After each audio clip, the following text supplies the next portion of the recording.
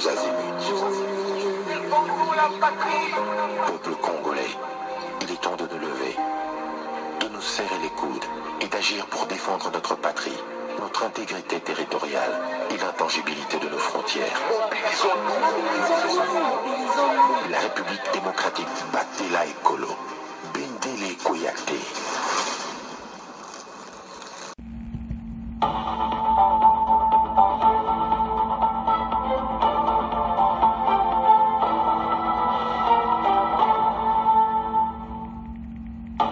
Bonsoir, bonsoir, bonjour, c'est Congo News 24. Bande Konanga, comme toujours avant de commencer notre émission, nous disons merci à Dieu. Nous disons merci à nos chers abonnés et téléspectateurs qui nous suivent partout dans le monde et en RDC. Bande Konanga, soyez les bienvenus. À la une, chers téléspectateurs, on va commencer cette émission Bandeko avec une nouvelle partout on parle, la signature RDC Rwanda Oyeko Salama le 27 juin et Pawapi Kwamba na ministre ya Rwanda bako signé et puis Togoyoka Mukwege ndenge nini a réagi réaction Mukwege contre Makambo Oyo et puis Muozi Uganda à Kinshasa. Toko développant une émission na biso o balubake yindi e yindagaka do makambo eza minene bandeko eza makambo osakana te. Deuxième point, chers téléspectateurs, FARDC muscles seront avec plus de 100 blindés émiratis face au RDF 23. Alors Fachi décision 100 blindés. Bandeko, il y a Émirats Arabes Unis et comment on a RDC. Donc, ma cambo zaminene. Tous à la connecter. Bah, ben, on a les premières livraisons de Kaiser. Et yindi bandeko. Chers téléspectateurs, émission Nabse Bandi. Et comme étant tout cela ensemble, ma solo yamboka. Bandeko, toko bande émission Nabiso avec Oyo accord. Il y a RDC, Rwanda. RDC, États-Unis, makambo za binene. Alors, accord wana bandeko makambo tu eza déjà fait et qu'on a signé le 27 juin. Déjà, l'expert va signer qui a Tolanda qui une émission à lobby. Et maintenant, le Washington a publié, était ce vendredi, la ministre des Affaires étrangères et ministre des Affaires étrangères rwandais bakozala na Washington pour na ko signer.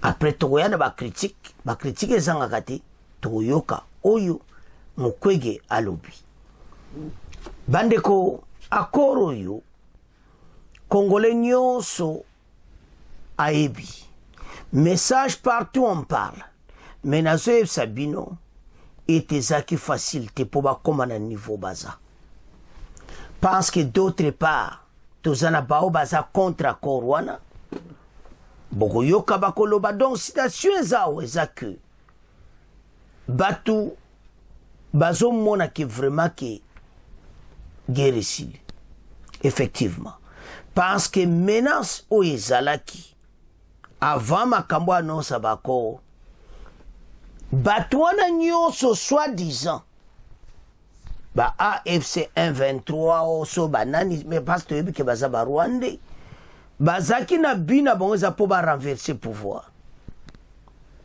Mais sans le savoir que na sima kuna Fachi déjà na bako déjà oyo nan ba publiati. Et si bit mataba mona accord yo tous les bandes qui a Congo ba komolenga. Ba ibi ki biso wesili. Otu base bangwa ze ko attaquer kaka gouvernement. Bande ko gouvernement oyo ba résister. Mais bah ça les moins fort parce que mboka na biso na niveau o ezalaki même ndenge eza siko bandeko to féliciter bango c'était difficile payer parcourir ba moment moko impossible okoko croire mais o balobaka ki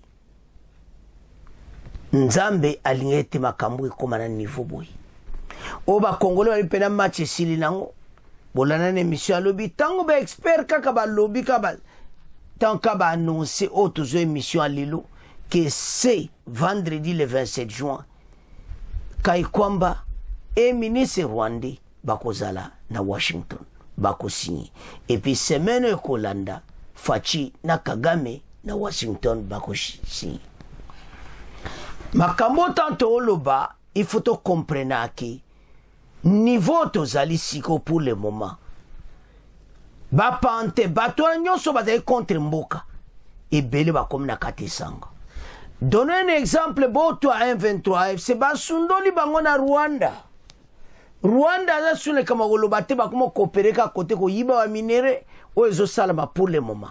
Mais après wana makambo za minene. Parce que ba déclaration eza partout que résolution il y a 73 2773 est en application. Mais entre ta pression eza makasi te Kagame bimisa batunayi. Donc abanda ko bimisa bango ilera ngo. Makambo to oloba eza très sérieux. Que c'est 27 juin masolesili totan. Bandeko za makambo za minena bandeko. Donc sozotala oh là là. USA annonce la signature RDC Rwanda. Toyoka réaction Mukwege, Mozi, et puis Tozoan Tosuksana na Moezi, na première partie. La presse congolaise a fait ce gros titre.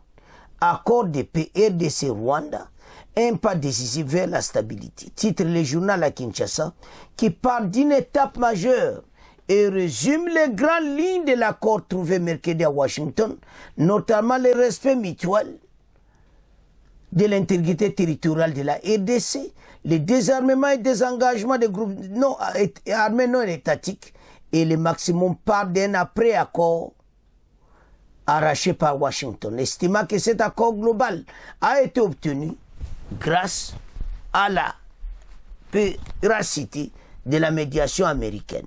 Pour l'oncle Sam, poursuit le maximum, il n'y a plus place désormais les tergisations habituelles dans les négociations devant aboutir à la pacification de la région des Grands Lacs, perturbée de manière incessante par l'activisme militaro-économique du régime de Paul Kagame. La presse rwandaise évoque également ce projet d'accord de paix. C'est le cas de New Time qui précise le texte de l'accord devrait être signé par les ministres des deux. L'accord de paix entre la démocratie république Congo et le Rwanda sera signé définitivement approuvé par les ministres des Affaires étrangères. Ces deux pays, le 27 juin à Washington, a précisé Olivier Ndoumbe, le ministre des Affaires étrangères. Le 18 juin, les experts ont paraphé. Et le 27 juin, Kaikwamba est ministre rwandais Bakozala na Washington. Alors, Tolanda extrait oyo, bon to avancé.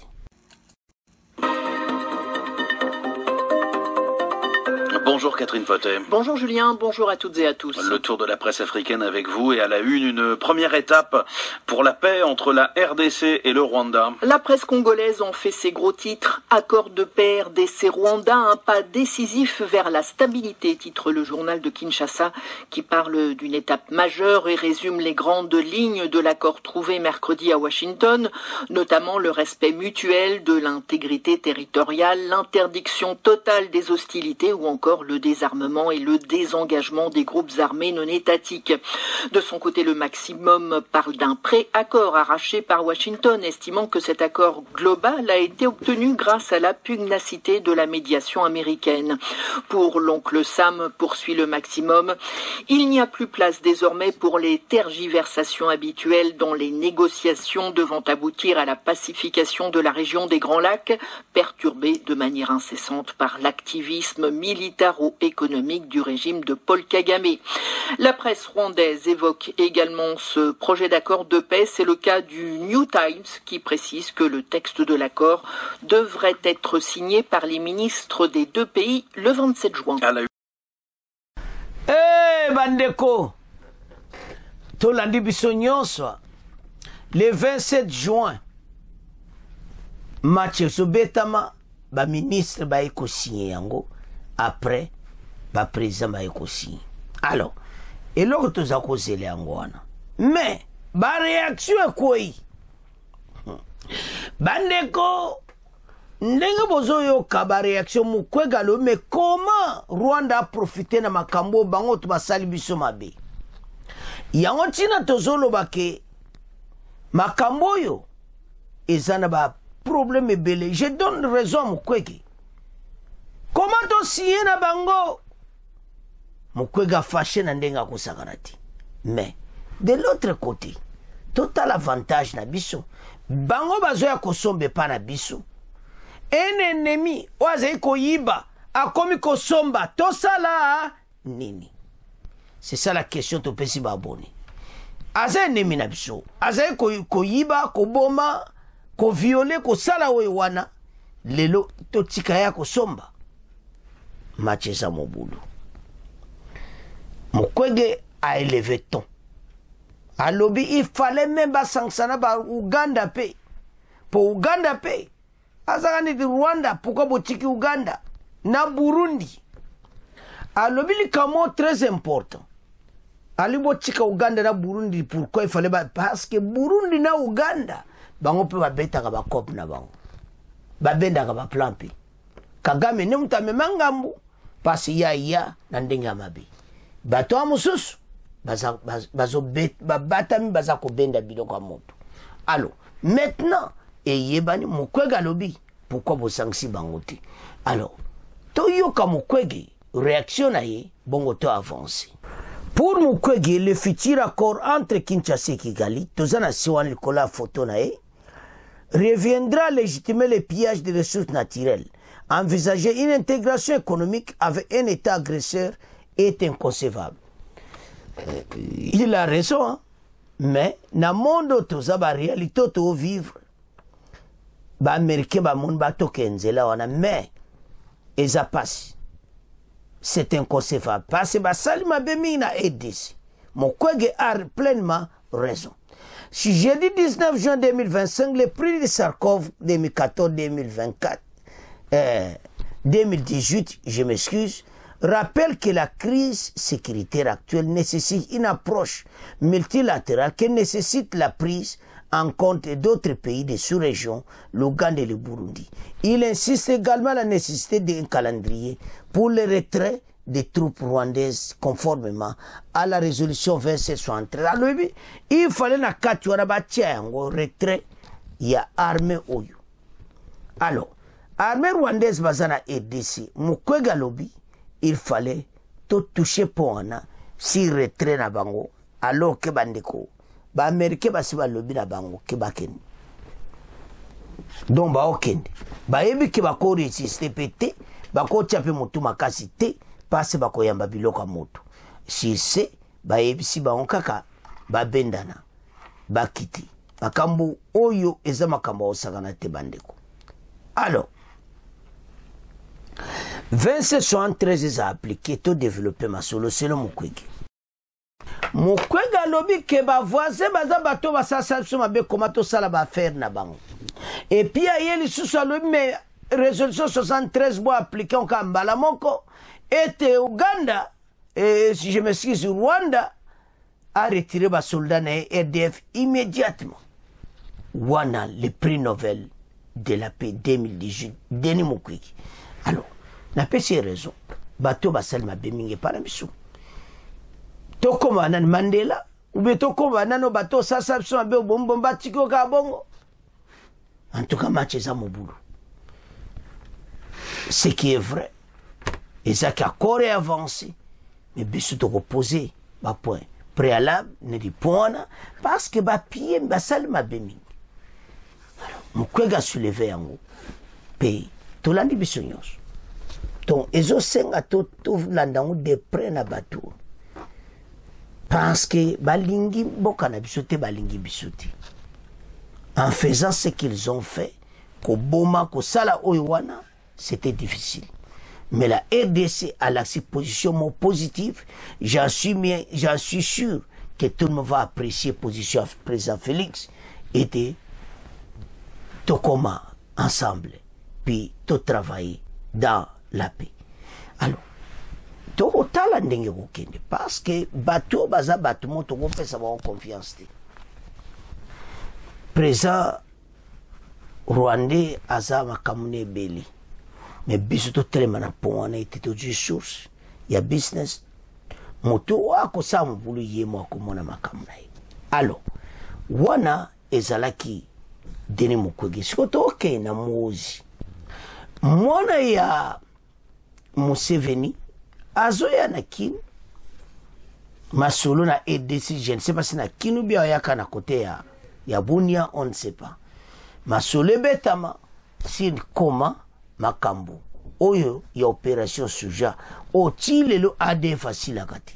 Comment to continue bien so ADF ngope boko kangana binope. Alors mwana ya Museveni atini message total. Le général Muhoozi Mugabe, fils du président ougandais, Yoweri Museveni, commandant de l'armée ougandaise, est arrivé à Kinshasa.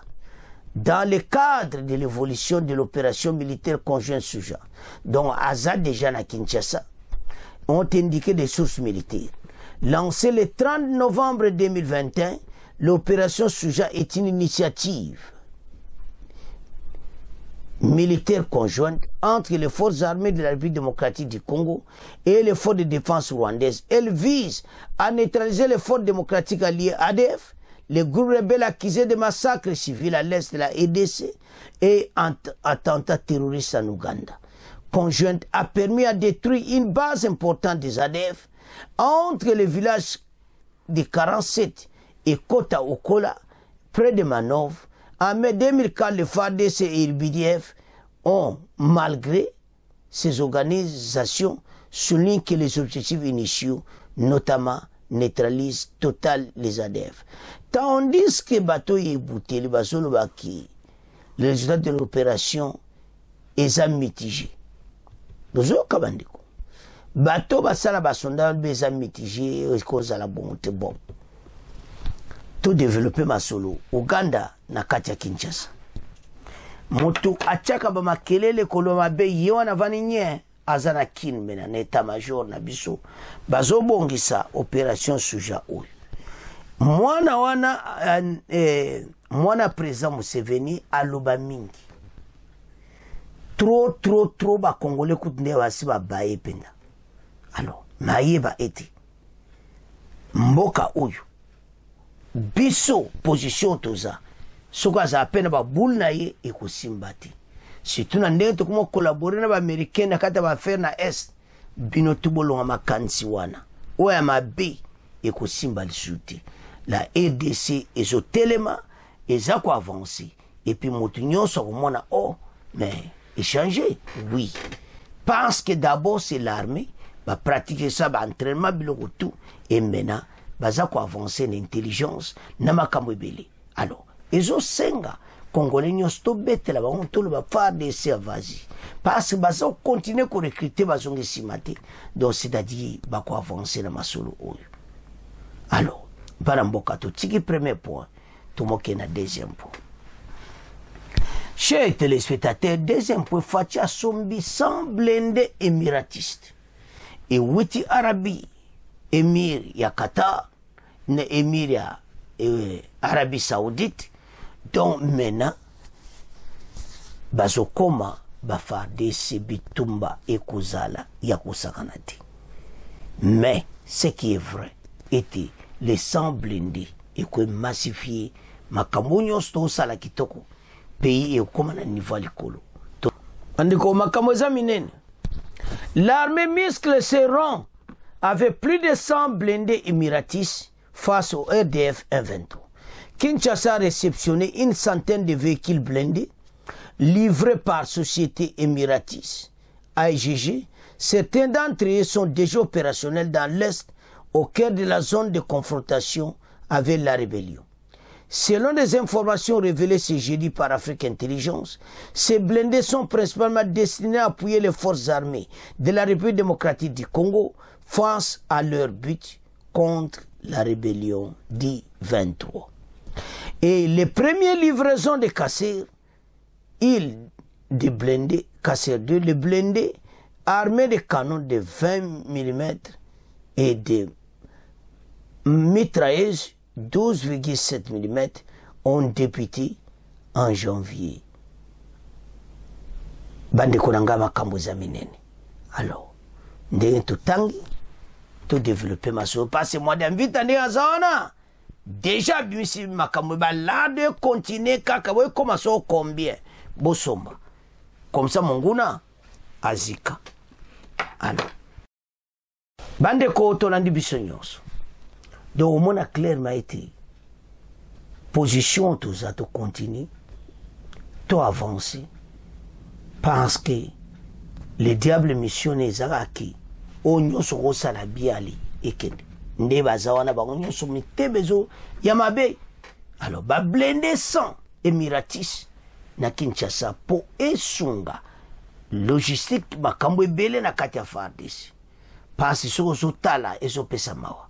Alors maintenant ba congolais il est temps de supporter to bois que la bombe à fleurs était sans blender bambongo ibana kobima to somba sobi ba arme ngo combien to koma na niveau que bateau ba voisin ba voir kanga minoko et puis ba okanga même Afrique du Sud bateau to bazon salantu ba lo oui fatio sali grand boulot parce que voisin ça kodenda l'air nyonso amona kaye mutazar me makasi alors que biso sodo jibi bunde la makasi bon moi na lisusu tei bon ça disparaît. Alors bandeko, en tout cas, to landi émission bisonyonso, to tangi. Alors, to monde nini, ba blende koi, ba fachi ba salima solo kitoko. Bo continuez ko s'abonner. Au revoir. À la prochaine.